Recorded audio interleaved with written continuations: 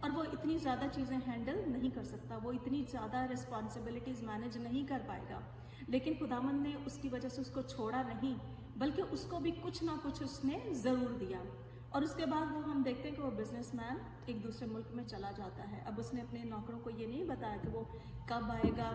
اور اس کا آگے کیا پلان ہے، لیکن اس نے ایک ان کو ذمہ داری دی ہے اور ان کو اس نے ان چیزوں کا انہیں استعمال کرنا ہے۔ اس پیرابل میں ہم یہ بھی دیکھتے ہیں کہ خداوند نے سب کے لیے ایک جاب تیار کی ہے، چاہے اس کے پاس بہت ہائی لیول کی ابیلٹی ہے یا کم لیول کی ابیلٹی ہے، اور اس کے مطابق وہ اس جاب کے مطابق جو بھی ان کی ابیلٹی ہے، خداوند اس کے مطابق ان کو تمام چیزیں مہیا کرتا ہے جن کی ان کو ضرورت ہے۔ اسی لیے پہلے کو 5 ملے اور آخری والے کو صرف 1 دیا گیا، جس کا خداوند کو پتا تھا کہ وہ اس کو کر پائے گا۔ اسی پیرابل میں جب ہم دیکھتے ہیں، اب خداوند نے ان کے مالک نے ان کو یہ نہیں بتایا تھا کہ وہ واپس کب آئے گا، لیکن پیچھے جو اس کے خادم ہیں ان کو سست ہو کے نہیں بیٹھنا، یا ہاتھ پر ہاتھ رکھ کر دھر کر نہیں بیٹھنا کہ ہمارا مالک اور ہمارا باس یہاں سے جا چکا ہے اور ہمیں کچھ بھی نہیں کرنا۔ ایک نکمے نوکر نہیں بننا، بلکہ ہمیں اس کے لیے جو اس نے رسپانسبلٹی دی ہے اس کے لیے ہمیں اس کے کھیت میں کام کرنا ہے، اور ہمیں اپنے ماسٹر کے لیے، اپنے لیے نہیں بلکہ اپنے مالک کے لیے، اپنے خدا باپ کے لیے کام کرنا ہے، جس نے ہمیں یہ رسپانسبلٹی دی ہے اور جس نے ہمیں اسی پرپز کے لیے کریٹ کیا ہے۔ جس طرح میں نے پہلے بھی آیت میں پڑھا کہ مسیح یسوع میں ان نیک اعمال کے واسطے ہم مخلوق ہوئے ہیں، ہم کسی برے کام کے لیے نہیں، بلکہ خداوند نے ہمیں ایک بہت بڑے پرپز کے لیے ہمیں زندگی بخشی ہے، اور خداوند نے ہمیں اس دنیا میں بھیجا تھا تاکہ ہم اس کے کھیت میں اس کا کام کر سکیں اور اس کی انجیل کو پھیلا سکیں۔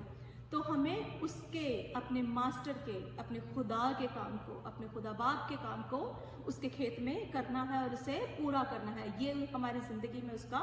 پرپز ہے۔ اس کے بعد آگے جب ہم اس پیرابل کے اینڈ میں پہنچتے ہیں تو ہم دیکھتے ہیں کہ ان کا ماسٹر واپس آتا ہے، اور جب وہ واپس آتا ہے تو وہ ان سب کو بلاتا ہے اور وہ ان سے کہتا ہے کہ میں تمہیں جو توڑے دے کر گیا تھا، جو ٹیلنٹ میں نے تمہیں دیا، ان کا تم نے کیا کیا ہے؟ اب ان کا حساب کتاب ہو رہا ہے۔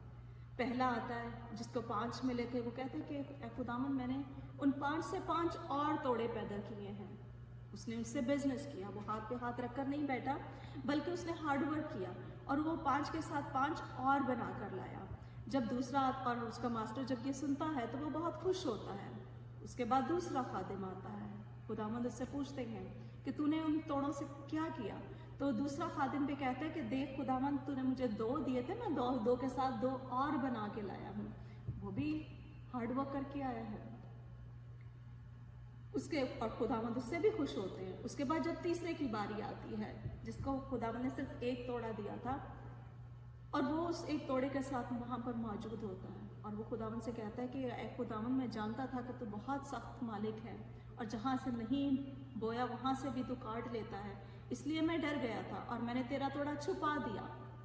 اب یہ دیکھ، یہ تیرا توڑا جو تو نے مجھے دیا وہ تیرے سامنے موجود ہے، اور میں یہ تجھے واپس کر رہا ہوں۔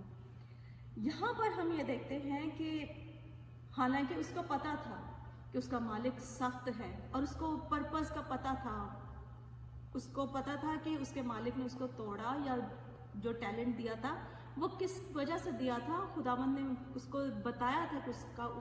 اس کے ساتھ اسے کیا کرنا چاہیے، لیکن اس نے اس کو صرف ایک جگہ پر جا کر چھپا دیا، اور خداوند نے جب اس کو دیکھا کہ اس نے اس کے ساتھ کچھ بھی نہیں کیا، میرے خیال میں اس نے اس تمام وقت کو صرف ویسٹ کیا، اس توڑے کو اپنے پاس رکھے، کیونکہ اس نے اس کے ساتھ کوئی بھی لین دین نہیں کیا، اس کے ساتھ اس نے کوئی بھی بزنس نہیں کیا۔ ہم اس کو ایک نکما نوکر بھی کہہ سکتے ہیں، جو اپنے مالک کی غیر حاضری میں کوئی بھی کام کرنے کے لیے کوئی بھی بہانہ بنا لیتا ہے، اور اس نے کوئی بھی کام نہیں کیا، اس نے اس تمام وقت کو ویسٹ کیا۔ اور اس کے بعد اسی پیرابل کے آخر میں ایک پوائنٹ اور ہے جس کو میں بیان کروں گی کہ success is a product of our work, not only our work but hard work. ایک آدمی کو سکسیس کیسے ملتی ہے؟ ہارڈ ورک سے ملتی ہے۔ خداوند بھی چاہتے ہیں کہ ہم ان کی کھیت میں ہارڈ ورک کریں، صرف ہاتھ پر ہاتھ رکھ کر نکمے نوکروں کی طرح نہ بیٹھیں، بلکہ جو اس نے ہمارے لیے جس کام کے لیے اس نے ہمیں تخلیق کیا ہے. اور کلام میں پھر سے میں پڑھ رہی ہوں کہ جن کو خدا نے ہمارے سے پہلے کرنے کے لیے تیار کیا تھا. ہم جب ایک جاب کرتے ہیں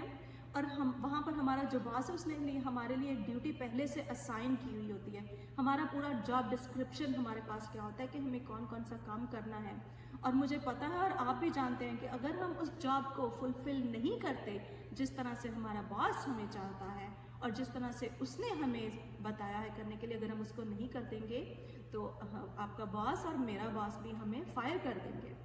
اور یہ ہم سب جانتے ہیں. اسی طرح سے ہمارے خدا نے بھی بہنوں اور بھائیوں ہمیں ایک گریٹ پرپس کے لیے، ایک بڑے مقصد کے لیے اس دنیا میں بھیجا ہے. اس نے ہمیں بھیجا ہے کہ تاکہ ہم اس ٹیلنٹ کے ساتھ، اس بلیسنگ کے ساتھ، اس برکت کے ساتھ جس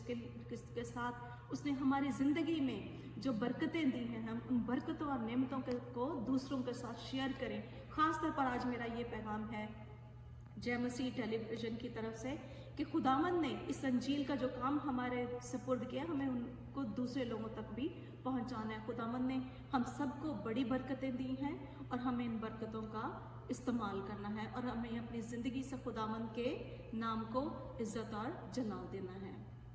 میں دعا کرتی ہوں کہ آج کے کلام کے وسیلے سے ہم سب برکت پانے